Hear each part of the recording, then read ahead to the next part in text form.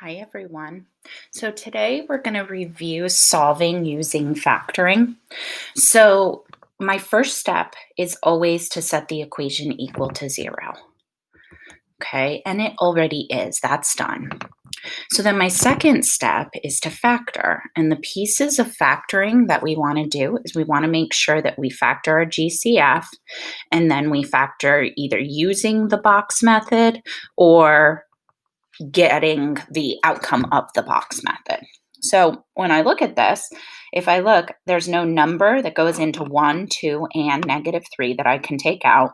And there's not an x in each term. So my GCF there isn't one. Okay.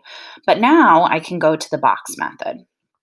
So if I do my box over here, the x squared goes up here, the -3 goes down here. And to figure out what goes in these two boxes, I look at what multiplies to -3x squared, and then what adds to this middle term. So what adds to 2x. And so if I make a list of the things that multiply to -3x squared, I get -1x and 3x, and -3x and 1x. Okay, so all of those satisfy this first thing, but which one adds to 2x? And the one that adds to 2x is right here. A lot of people say, well, are there other options? No, there's one option that's going to satisfy both of these things. Okay, so then I'm going to put in -1x and 3x, and I could have flipped that. That's okay. So now I'm going to factor out each of my rows. So this row, I can take out an x, and then I'm left with an x up here, and I'm left with a -1 here. And if I factor it out an x here, I'm left with a +3 here. So then I go back to my problem and I write in the equivalent statement, okay? So once I've factored it, I write it as an equation, and I get x minus 1 parentheses x plus 3 equals 0, okay? So that now I've done my factoring. Step 3 is to set each parenthesis equal to 0. And as we've been working, remember, sometimes you can have something on the outside that doesn't have a parenthesis. So what you want to also think of is set each term with an x equal to 0 and solve. Okay, so I'm going to set this equal to 0.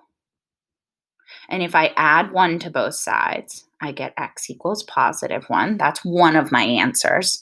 Either one of these has to equal 0, or both of them could equal 0. To make this parenthesis equal to 0, x would have to be 1.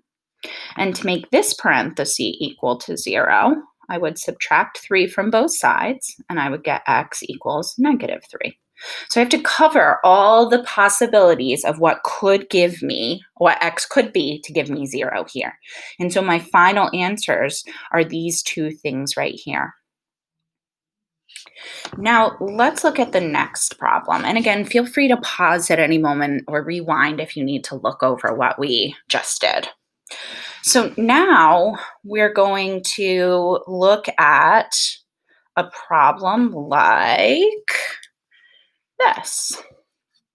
So we're going to solve, and we're going to solve x squared minus 11x plus 19 equals -5. Now my first step stays the same, and I have to make sure it's equal to 0. And so to do this, I look at where is my highest degree exponent. It's right here, and I want that positive. Well, it's already positive on this side, so I'm going to move anything over to this side. If this was negative, I'd move everything to the other side. So I'm going to add 5 to both sides. And then what I get is x squared minus 11x plus 24 equals 0.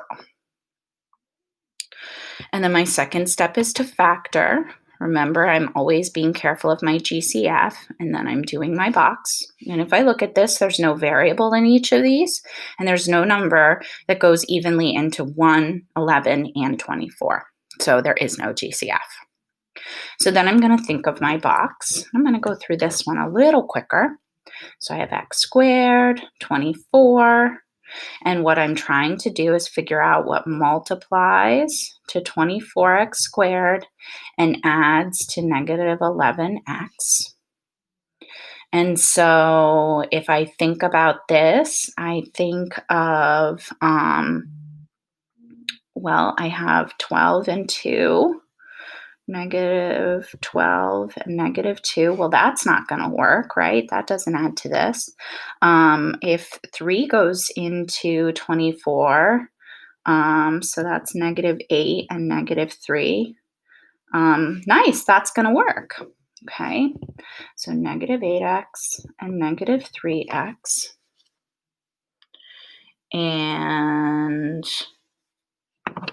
then I go to, so then I put my parentheses in, and I get, oops, I forgot to do this. So I'm going to factor out an x from each of these. And then I'm left with a negative 8. And if I took an x out of here, I have a negative 3. And I get x minus 8 and x minus 3. And then I set each parenthesis equal to 0. And, oops, x minus 8 equals 0. I add 8 to both sides, and I get x equals 8. X minus 3 equals 0. Add 3, and I get x equals 3. And so those two answers become my answers, okay?